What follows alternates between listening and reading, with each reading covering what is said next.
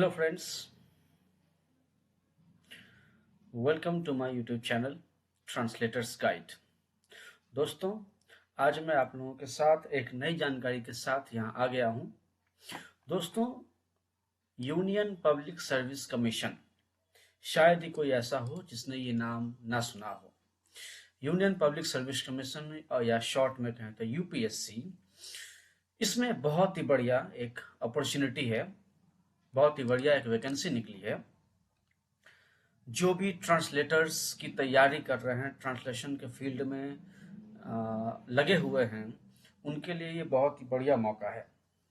दोस्तों, union public service commission ने अपने हाल ही में जारी किए गए नोटिफिकेशन में इन्होंने जूनियर ट्रांसलेशन ऑफिसर अर्थात JTO, जो अनुवादक कनिष्ठ अनुवाद अधिकारी की वैकेंसी निकाली है।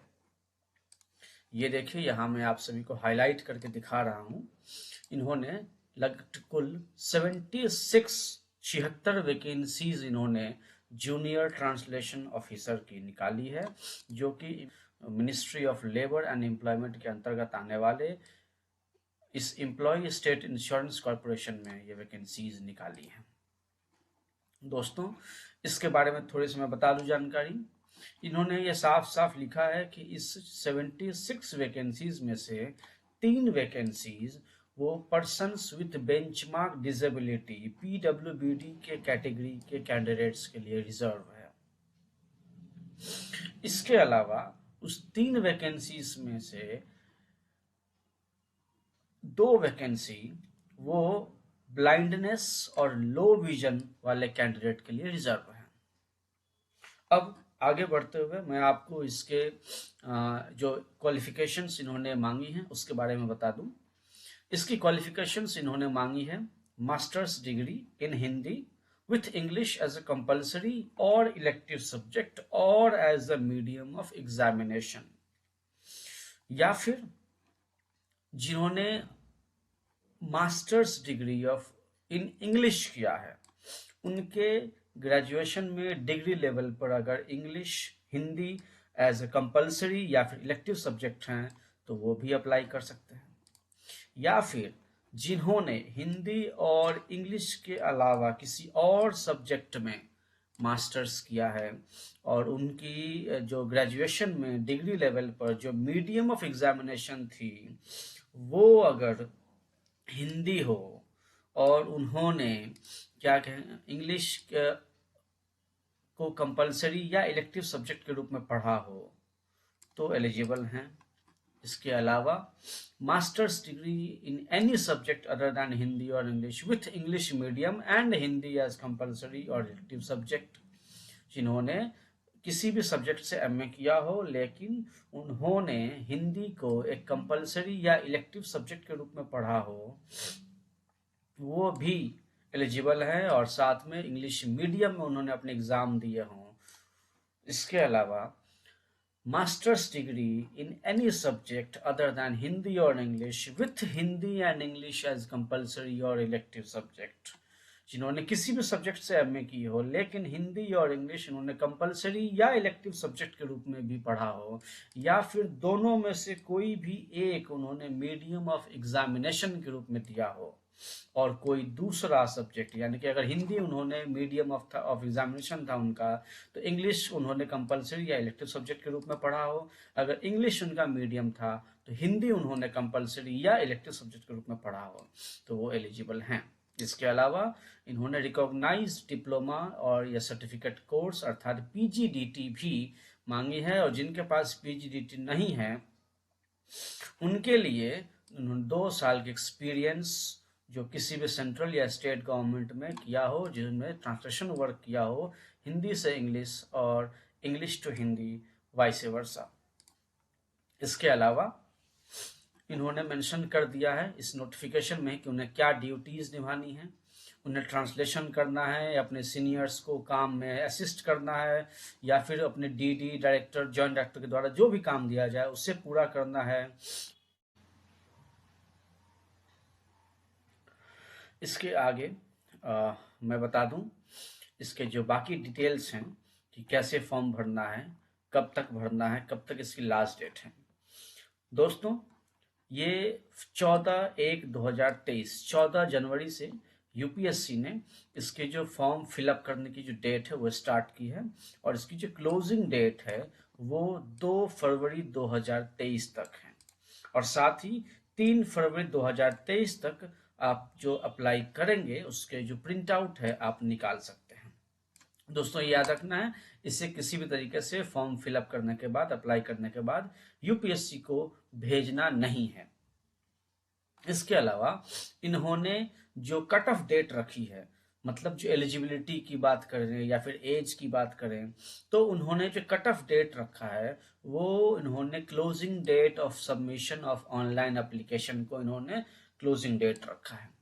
इसके अलावा एक चीज मैं और बता दूं कि इन्होंने एज लिमिट जो है जूनियर ट्रांसलेशन ऑफिसर के पोस्ट के लिए वो इन्होंने 30 साल रखी है।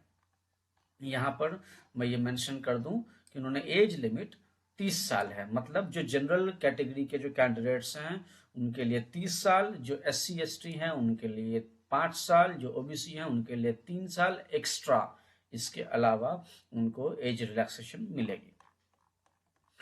इसके बाद आगे बढ़ते हुए देखते हैं जो एप्लीकेशन फीस है उसकी बात कर लें एक बार। एप्लीकेशन फीस इन्होंने 25 रुपये रखा है, जिसे आप ऑनलाइन पे कर सकते हैं। जब आप ऑनलाइन फॉर्म एप्लीकेशन भरते हैं आप उसी वक्त इसे पे कर सकते हैं, या फिर आप इसे कैश के द्वारा भी किसी ब्रांच में जाकर, SBI के किसी भी ब्रांच में जाकर पे कर सकते हैं। दोस्तों जो SC ST PWBD और वुमेन कैंडिडेट्स हैं उनके लिए कोई फीस नहीं है। जो जनरल कैंडिडेट्स हैं उनके लिए फीस है 25 रुपये, और जो SC ST कैंडिडेट्स हैं उनके लिए कोई फीस नहीं है।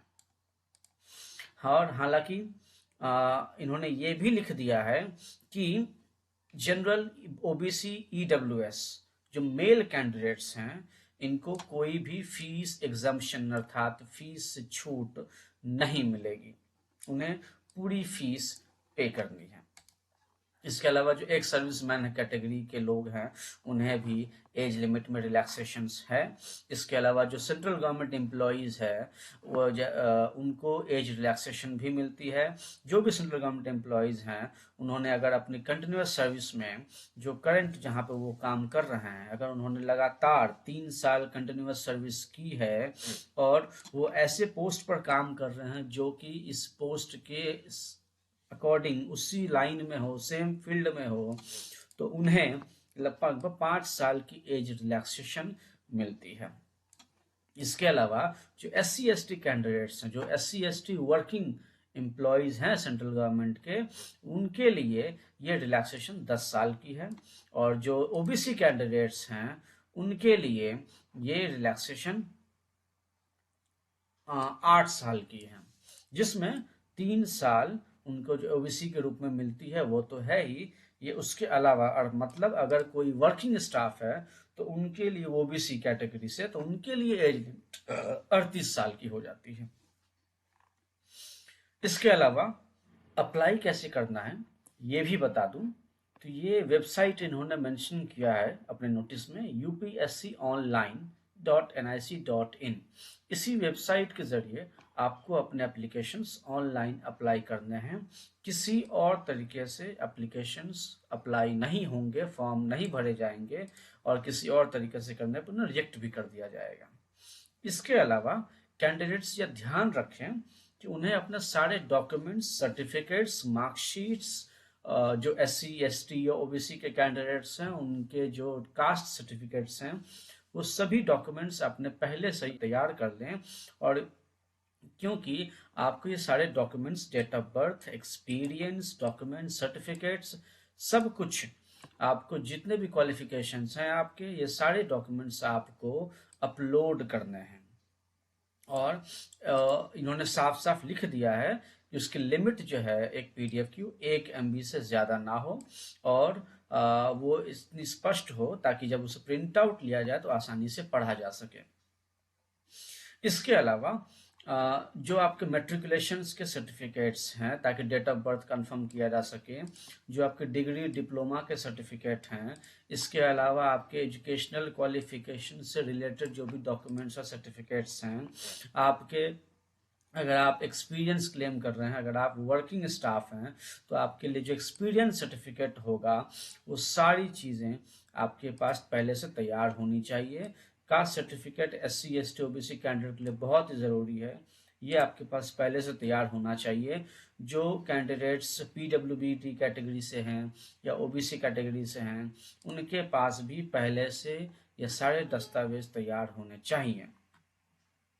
कैंडिडेट्स एक चीज़ और बात का ध्यान रखें कि किसी भी तरीके से अप्लाई करने के बाद आपको एप्लीकेशन को UPSC को नहीं भेजना है, ना ही बाय पोस्ट और ना ही बाय हैंड आपको इन एप्लीकेशंस को जमा देना है। इन एप्लीकेशंस को आप अपने पास ही प्रिंट करके रख लें। जब आपको इंटरव्यू या फर्दर स्टेज के लिए बुलाया जाएगा तो उस समय आपको इन एप्लीकेशंस को साथ में लाने के लिए कहा जा सकता है। इसके बाद मैं आप लोगों को बता दूं कि आप अप्लाई कैसे करेंगे।